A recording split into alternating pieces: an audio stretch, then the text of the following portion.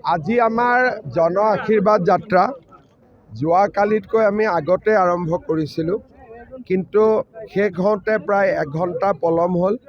ৰাতিপুৱা 10টাৰ পৰা প্ৰায় 1টাই বাজিলে।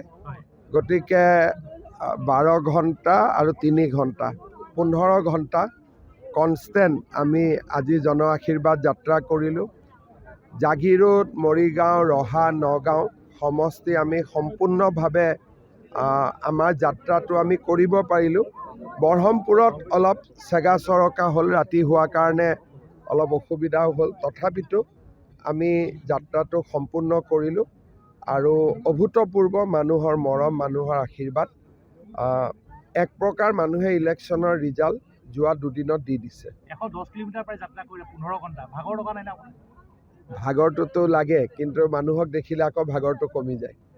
এতিয়াই ভাগৰ লাগি আছিলে, কিন্তু গোটেই ৰাইজখনক যেতিয়া দেখিলোঁ যে তেওঁলোকেও 12টা 1টালৈকে ৰখি আছে, তেতিয়া নিজে নিজে ভাগৰটো নোহোৱা হৈ যায়। চৰকাৰ আপোনালোকৰ শ্লোগানটো নিকা নিযুক্তি, বহুতে চাকৰি পালে, কিন্তু এইবাৰো যুৱ কংগ্ৰেছৰ এগৰাকী সভাপতি নগাঁও জিলাৰ তেওঁ এতিয়া চৰকাৰী চাকৰিটো ধন লৈ পেলাই থানাত গোচৰ ৰুজু হৈছে, এইবিলাক এতিয়াও চলি আছে। চাই ল'ম বাৰু, কিন্তু আজি মই যাত্ৰাত এটা ভাল লাগিলে কি যে চব চাকৰি কৰা ল'ৰাবিলাকে নিজে ওলাই আহি মোক মাত দিছে যে মামা আমি চাকৰি পাইছিলোঁ।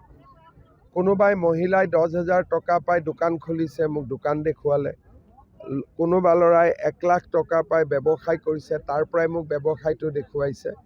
এটা প্ৰমাণ হৈছে যে চৰকাৰৰ টকা কোনেও অপব্যৱহাৰ কৰা নাই, ভাল কৰি ব্যৱহাৰ কৰিছে।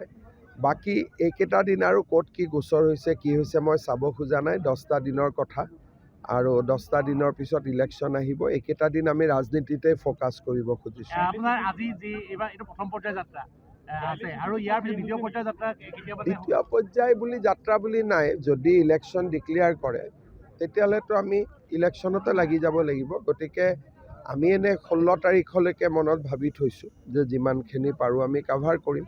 মোটামুটি প্ৰত্যেকখন জিলাতে হৈ যাব। ৰাজ্যসভা নিৰ্বাচনৰ আগতে বাকী কিছু বিধায়কে যোগদান কৰিবলৈ পিছত তেওঁলোকে, মই ভাবোঁ যে 5 তাৰিখেতো যোগদান, 5 বা 6 তাৰিখে যোগদান কৰি ল'ব যিকেইগৰাকী আমাৰ লগত আছে। বিৰোধী পুনৰ ঐক্যবদ্ধ হৈছে, অখিল গগৈও খোজা হোৱা দেখা পোৱা গৈছে।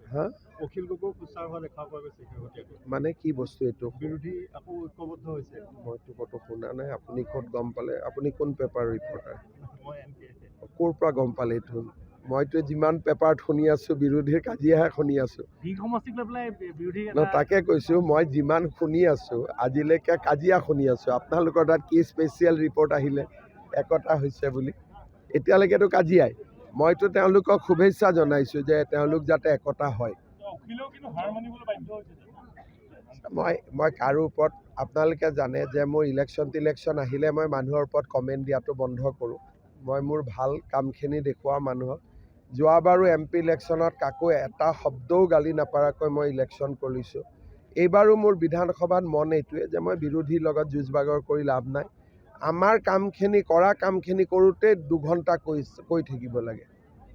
সেইকাৰণে আমাৰ কথাখিনি ক'লেই ৰাইজে বুজি পাই যায়। এই যিটো অমুকে অমুক কৈছে, তাৰ ওপৰত এটা কমেণ্ট দিয়ক, তমুকে তমুক কৈছে, সেইটো যোৱাবাৰো MP ইলেকশ্যনত মই কৰা নাছিলোঁ। আজি য'ত সভা কৰিছে এইসমূহ ঠাইত কংগ্ৰেছৰ আমোলত খুব ডকাইতি হৈছিলে। ইয়াত একো নাই। ইয়াত এতিয়াতো অসমত ডকাইতি চব পলাল আৰু ক'ত আছে? যিকেইটা আছে অহা 5 বছৰ শেষ কৰি দিম আৰু। প্ৰথম পৰিৱৰ্তন যাত্ৰাত ভূপেন বৰা আহিছিল, আজি দ্বিতীয় পৰিৱৰ্তন যাত্ৰা আৰম্ভ কৰিছে, কোন আহিব কিবা আছে নেকি? তেনেকুৱা ধৰণৰ কোনো কথা নাই। কংগ্ৰেছত যিকেইজন হিন্দু নেতা আছে গোটেইকেইজন আজি নহয় কালি আহিবই। গতিকে এইটো তেওঁলোক কংগ্ৰেছ থাকিব নোৱাৰে। যোনে হিন্দু পৰম্পৰা মানে, ঘৰত মন্দিৰত চাকি জ্বলায় বা ভাগৱতত পূজা সেৱা কৰে, তেওঁলোকে বহুত দিন কংগ্ৰেছত থাকিব নোৱাৰে। এইটো কথা মই 2015ত যোগদান কৰাৰ দিনাই কৈছিলোঁ, আৰু আজিও সেইটো কথাতে মই ভাবোঁ যে লাহে লাহে আপোনালোকে দেখিছে এতিয়া কংগ্ৰেছত হিন্দু নেতা কেইজন আছে। প্ৰদ্যুৎ বৰদলৈতো আহিবই লাগিব লোকসভা ইলেকশ্যনৰ আগত। আপোনালোকে আমাৰ কথা বতৰাটো গমেই পাই যায় কোনে পাব। গতিকে আৰু ক'ব, সভাপতি বা মোৰ ভাষণততো আপোনালোকে আন্দাজেই কৰিব পাৰে। হ'ব।